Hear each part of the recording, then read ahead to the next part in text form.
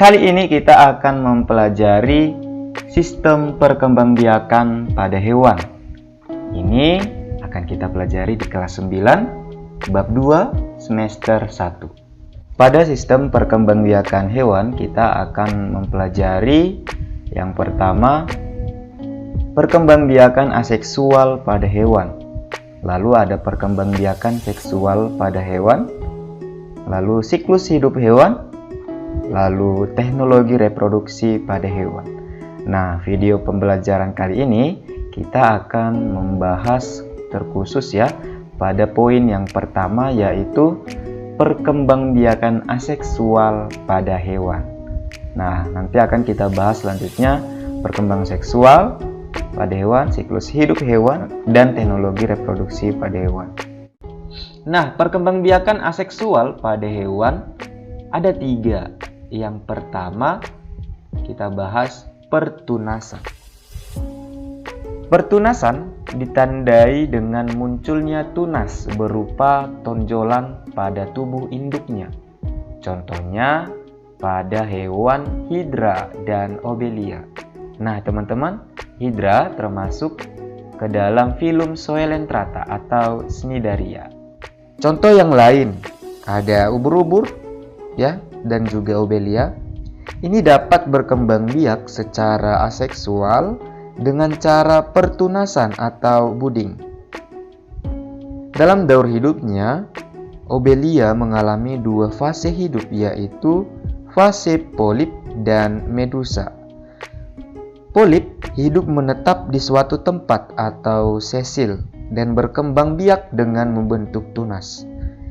Tunas tersebut membentuk medusa yang akan terlepas dari polip. Medusa merupakan bentuk yang dapat bergerak bebas dan akan berkembang biak secara aseksual dengan menghasilkan sperma atau sel telur. Nah, ini akan kita bahas selanjutnya nanti di siklus hidup hewan. Yang kedua ada fragmentasi. Fragmentasi merupakan cara perkembangbiakan aseksual menggunakan fragmen atau potongan tubuhnya. Contohnya nih ada pada hewan planaria. Planaria termasuk ke filum Platyhelminthes.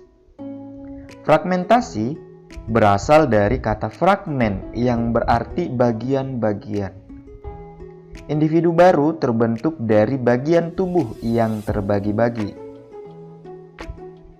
Ketika cacing planaria telah mencapai ukuran dewasa, tubuh cacing ini akan terbagi menjadi beberapa bagian.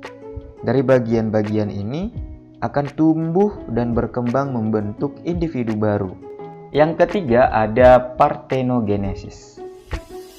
Parthenogenesis merupakan peristiwa perkembangan sel kelamin betina menjadi individu baru tanpa melalui pembuahan.